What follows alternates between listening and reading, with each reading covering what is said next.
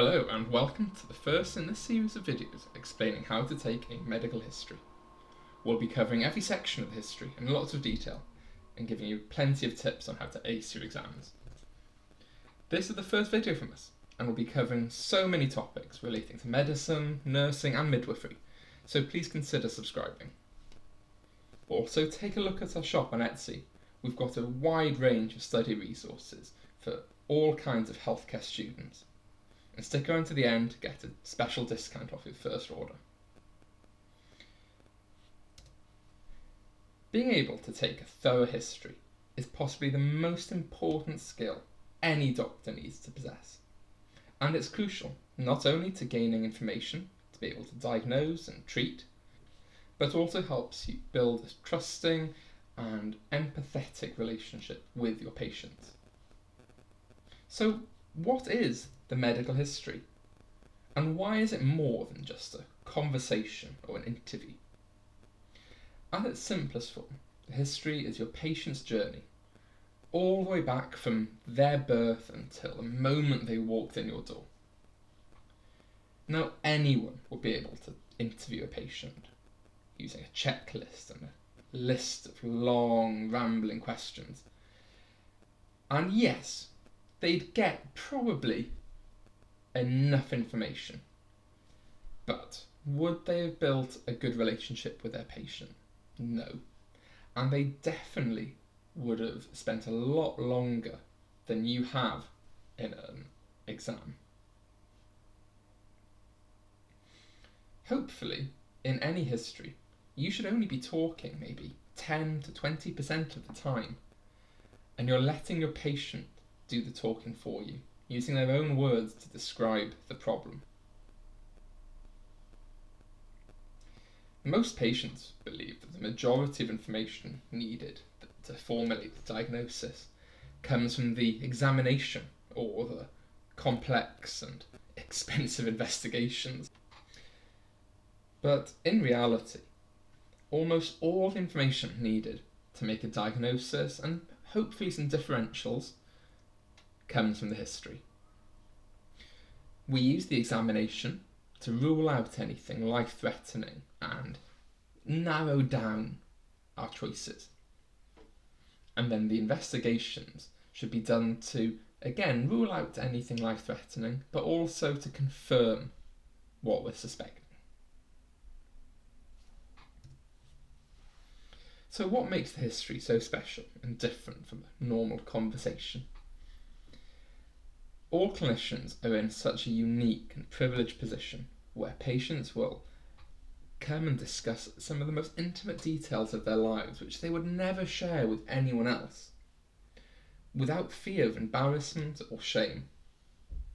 And we're there to repay that trust, providing care and support, and also a safe space for them to explain how their problems are affecting their lives. There are of course certain topics discussed in the course of a history which make it very different from an everyday conversation. Through the history of medicine, doctors have come up with a series of headings which provide different sections to the history. These are there to help make sure that you're covering all the different topics. These topics also make it a lot easier for you to gather your thoughts when it comes to presenting the case. So the first thing you will talk about is the presenting complaint. This is why the patient has come to see you and should be presented in their own words. Next is the history of the presenting complaint. So this is where we go into a lot of detail looking at how this problem is affecting their lives. Next, you may want to conduct a systemic review. So this is where we look at each system in the body and listen out for red flags that may hint at something more sinister going on. We want a very thorough past medical history where we'll talk about any major illnesses or operations they may have had and anything that's ongoing that might be related to their problem. Their medication history is very important. We want to know about any prescribed drugs, anything they're taking over the counter, and herbal remedies which they may have taken. Part of this is also making sure that we're aware of their allergy status. A patient's family history is where we ask if anyone else is ill at home, and also if anything runs in the family. In my opinion, the most important part of the history is the social history. This is where we actually learn how is this problem affecting their lives? Are they able to work? How are things at home? You also need to make sure that we know how much they drink in terms of their alcohol intake. Do they smoke or take any other recreational drugs? There are some further specific things that we may need to cover, for example in a psychiatric history or if the patient is a child. So why bother learning how to take a history?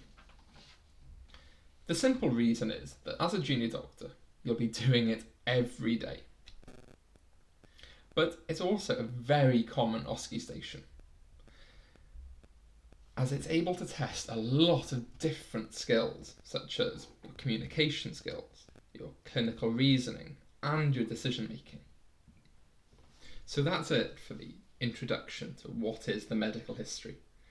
In our next video, we'll be looking at the presenting complaint in a lot more detail, and looking at how you can build a strong start to the interaction with the patient.